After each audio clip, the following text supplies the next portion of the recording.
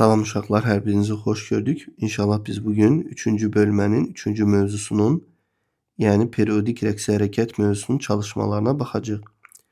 Çalışma 1. Verilmiş ifadələrdən istifadə edərək mətni tamamla deyir. Burada biz ifadələri görürük. Həmin ifadələri aşağıdakı mətndə boş yerlərə yazacağıq. Gəlin başlayaq. Bərabər zaman intervallarında təkrarlanan hərəkət periodik hərəkət adlanır. Buraya yazaq. Periodik hərəkət.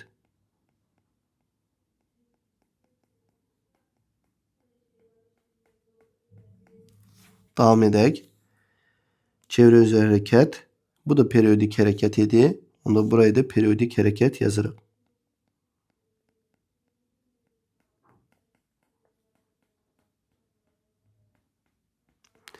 Davam edək. Periodik hərəkətin növlərindən biri də periodik rəqsi hərəkətdir.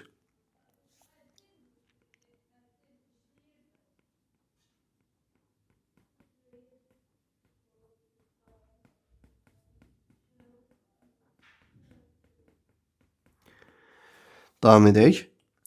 Periodik hərəkət həmişə rəqsi hərəkət olmur.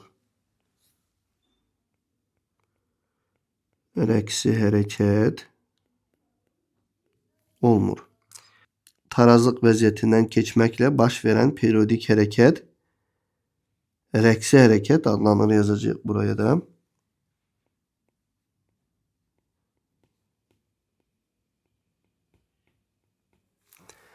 Davam edək. Növbəti çalışmamız 2 nömrəli çalışmadır.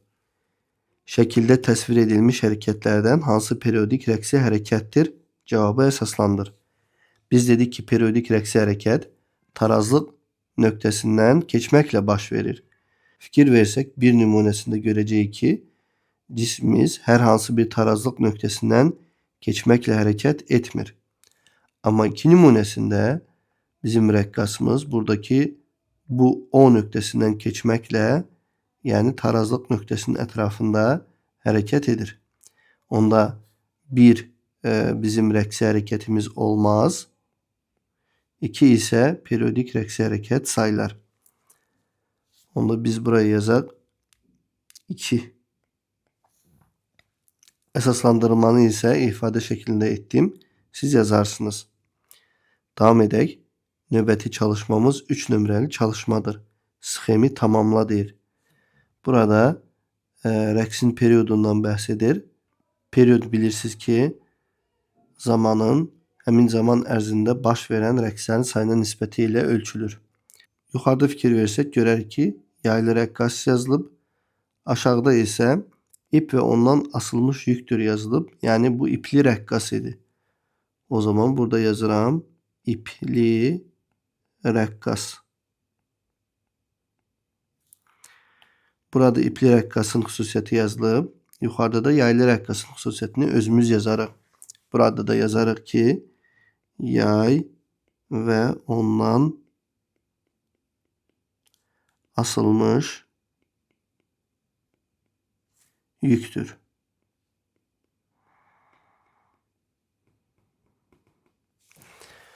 Davam edək. Növbəti çalışmamız 4-cü çalışmadır.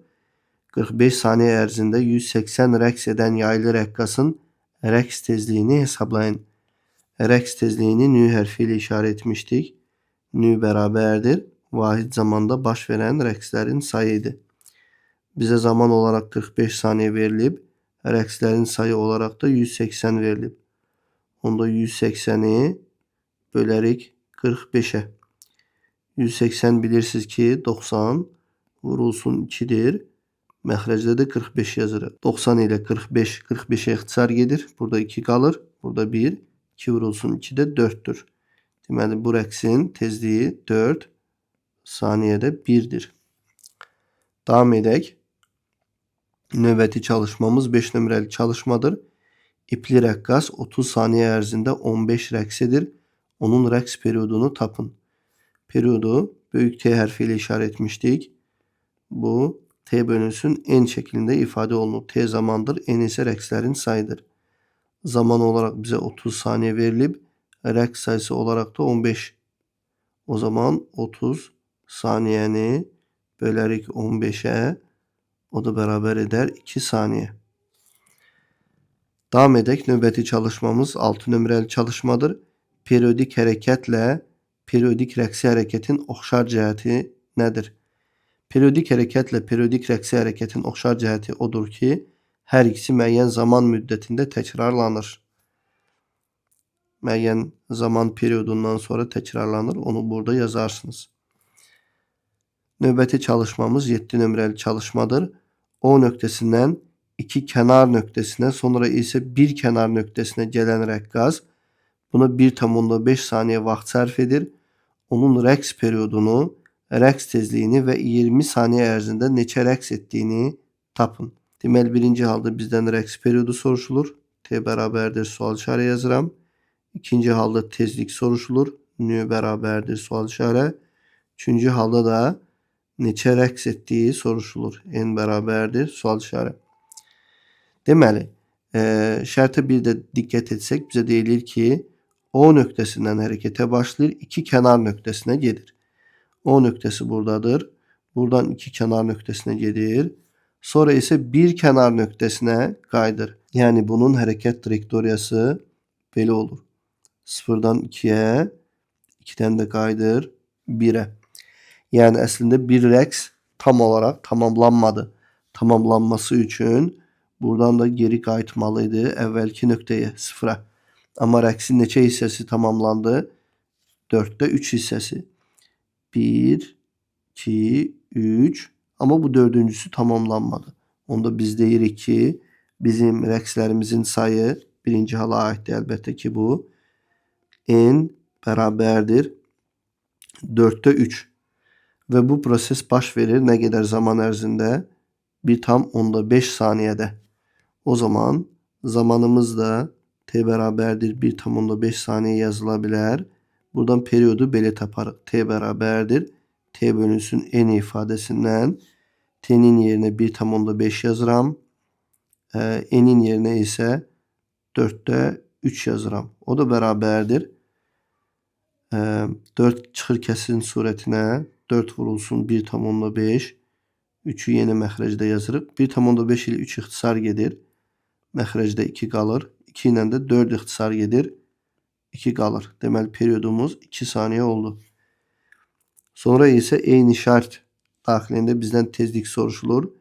N bərabərdir. 1 bölünsün T düsturu ilə hesablanırdı. T'mizi də tapdıq. 2 saniyə eləmişdi. 1 bölü 2 bərabərdir. 0,5. Vahidi də saniyədə 1 olar.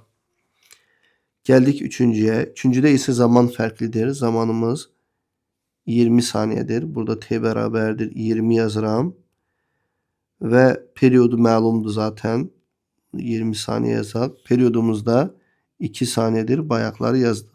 T bərabərdir 2 saniyə. Belə olan halda rəqslərin sayını tapmalıyıq. Periyodun məlum düsturundan, yəni T bərabərdir kiçik T bölünsün N ifadəsindən məxrəcində 1 var. Kənar hədlərin hasili, yəni T vurulsun N bərabər edər orta hədlərin hasilinə, yəni T'yə. Buradan da biz N'i taparıq. N bərabər edir. Kiçik T bölünsün böyük T. Kiçik T'nin yerinə 20 saniyə yazıram. Böyük T'nin yerinə 2 saniyə. Yəni 20 bölünsün 2 bərabər edər 10 rəqs edir. Davam edək. Növbəti çalışmamız 8 nömrəli çalışmadır. Buradakiləri silək. Şərtini oxuyuram. Uyğunluğu müəyyən et deyir. Birincidə periyodik rəqsi hərəkətdir. İkincidə periyodik hərəkət edir, ancaq rəqsi hərəkət etmir. Periyodik rəqsi hərəkətdə tarazlıq nöqtəsi ətrafında baş verir rəqsimiz. Lakin periyodik hərəkətdə isə bir tarazlıq nöqtəsindən bəhs etmirik. Bu adətən çevrə üzrə hərəkət olur. Deməli, burada əqrəblər müəyyən bir tarazlıq nöqtəsi ətrafında rəqs etmir. Yəni, gah sağa, gah sola.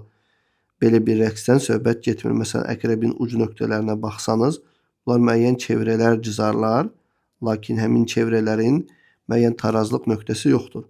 Yəni, bu əqrəblərin birləşdiyi bu orta nöqtə tarazlıq nöqtəsi olmazmı? Xeyr, Oradan zaten əqrəbin ucu nöqtəsi keçmir. Burada saatın kəfkiri görsənir. Kəfkir bilirsiniz ki, bu tarazlıq nöqtəsi ətrafında, baxın bu nöqtə ətrafında gah sağa, gah da sola meyl edəcəkdir və bizim hərəkətimiz periyodik rəqsi hərəkət olacaqdır. O zaman 1'e B gedər. A'nı da elə bu arada 2'ye yazaq. Çünki o periyodik rəqsi hərəkət deyildi, sadəcə periyodik hərəkətdir. A'nı da buraya yazacağam. C'ye baxaq. C'də bizim rəqqasımız bir rəqsi hərəkət edir, lakin bu zaman tarazlıq nöqtəsindən keçmir. Çevrə üzrə hərəkət edir. O zaman C'ni də 2'ye yazarıq. İndi baxaq D bəndinə. D bəndində bir yaylı rəqqasımız var. Yay və ondan asılmış cisim. Bunu aşağı çəkib buraxdıqda buradakı bu tarazlıq nöqtəsindən gah aşağı, gah yuxarı bu şəkildə hərəkət edəcəkdir. Demək ki, D bəndində də verilən periyodik rəqsi hərəkətdir. Deməli, bir də ümumiləşdirək. Periyodik rəqsi hərəkət bir tarazlıq nöqtəsindən keçməklə baş verir.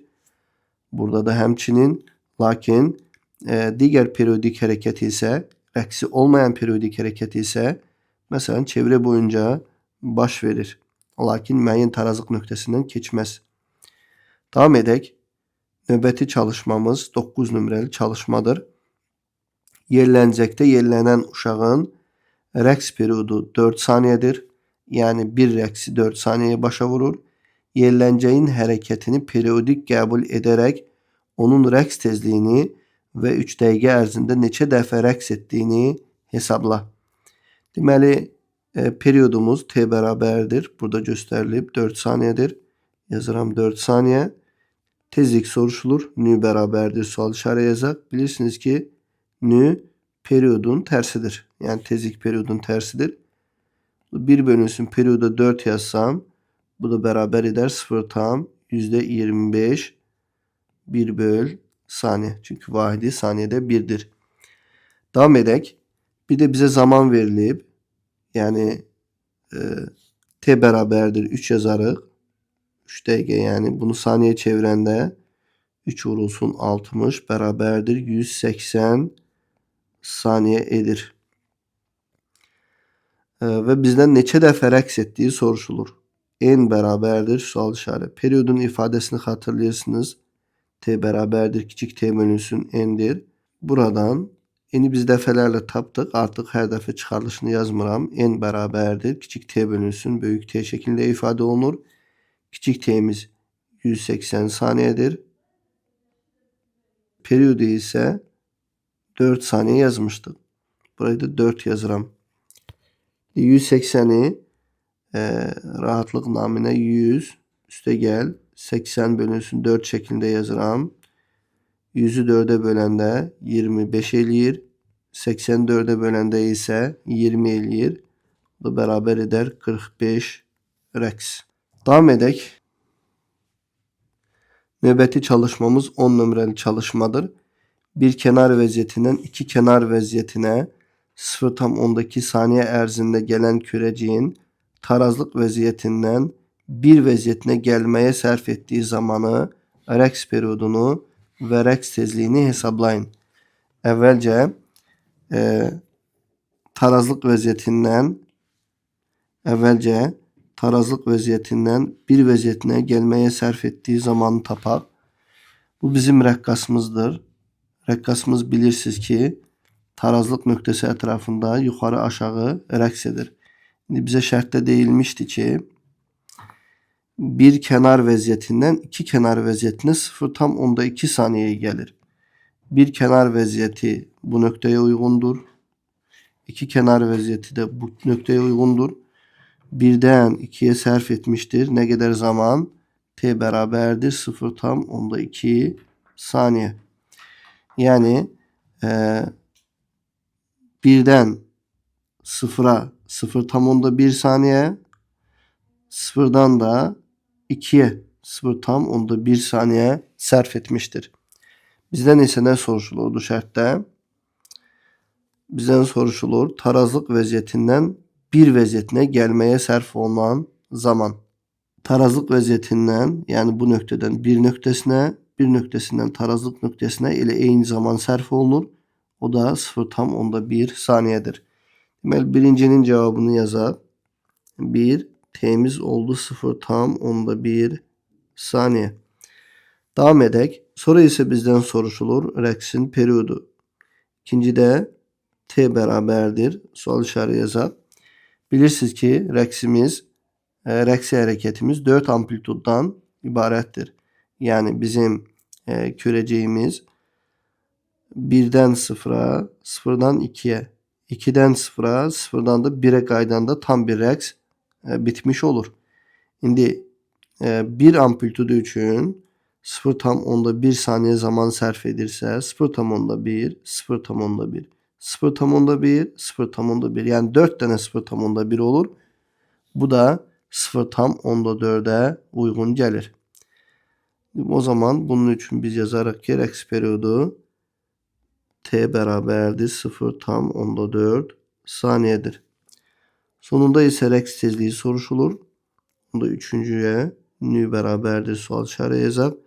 Nü bərabərdir 1 bölünsün t olduğunu bilirsiniz. Bu da 1 bölünsün 0,4'tür. O da bərabərdir 10 bölünsün 4. Bu da 2,5 saniyədə 1. Davam edək. Növbəti çalışmamız 11 nömrəli çalışmadır.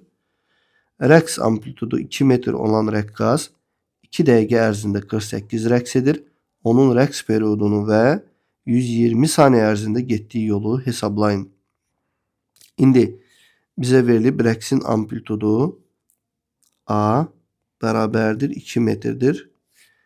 Zaman verilib 2 dəqiqə, t bərabərdir 2 dəqiqə bərabərdir 120 saniyə.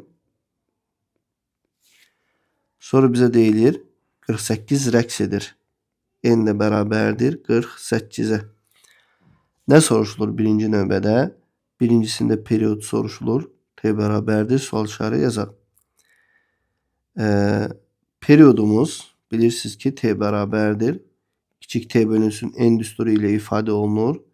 Kiçik t'nin yerinə 120 saniyə yazırsan. 120. Rəqslərin sayına isə, yəni n'in yerinə isə 48 yazırıq. O da bərabər edər 2,5'ə. İkincidə nə soruşulur bəs? İndi ikincini yazaq. Bizdən 120 saniyə ərzində gedilən yolu soruşurlar.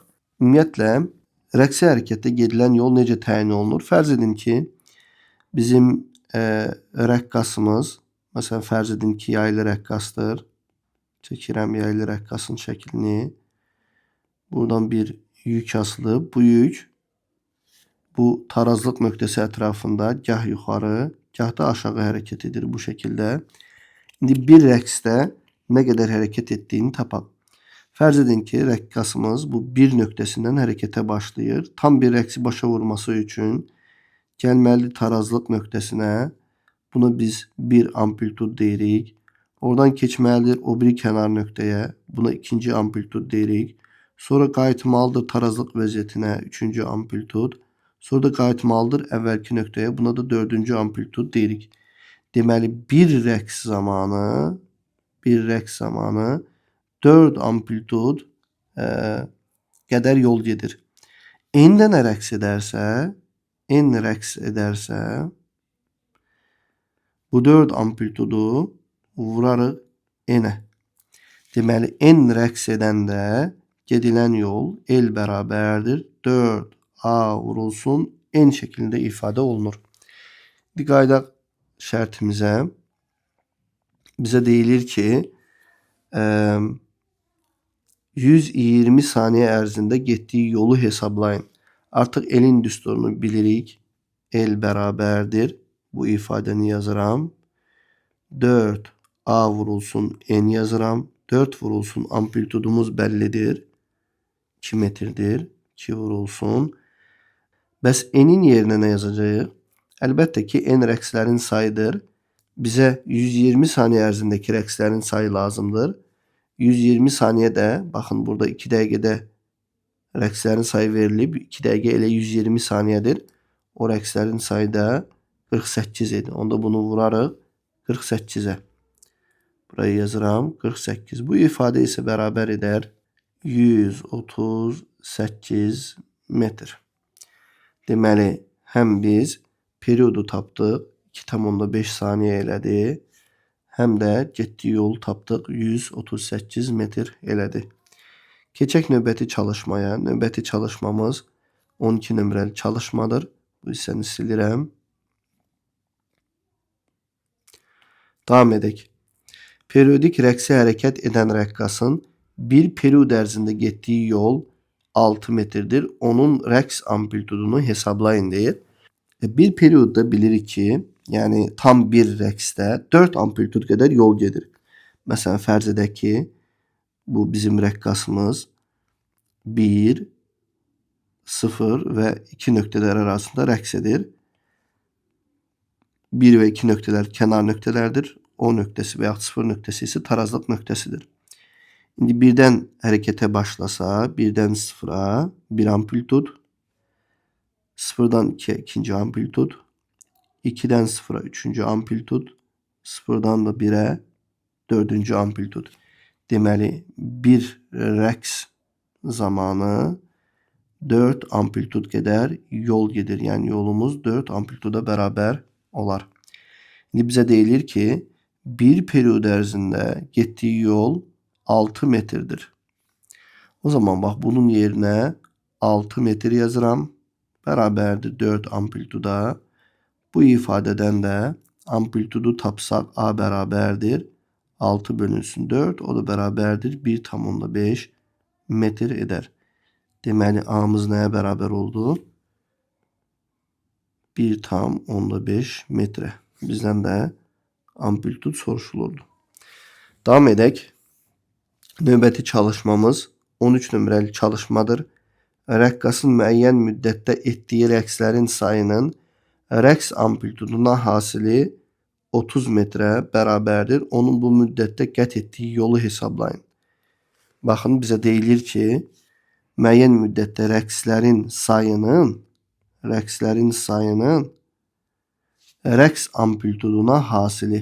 Rəqslərin sayı N hərfi ilə işarə olunurdu. Amplitud isə A hərfi ilə işarə olunurdu.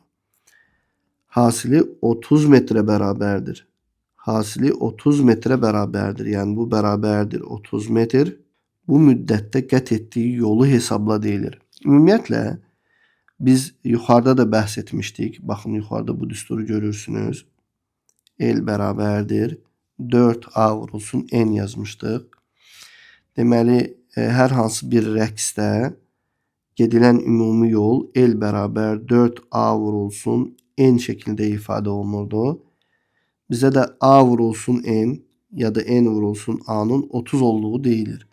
O zaman 4'ü vurarıq 30'a eləyər 120 metr. Davam edək. Növbəti çalışmamız 14 nömrəli çalışmadır. Çalışmada deyilir, rəqqasın müəyyən müddətdə qət etdiyi yolun amplituda nisbəti 32-yə bərabərdir. Dərhal yazaq.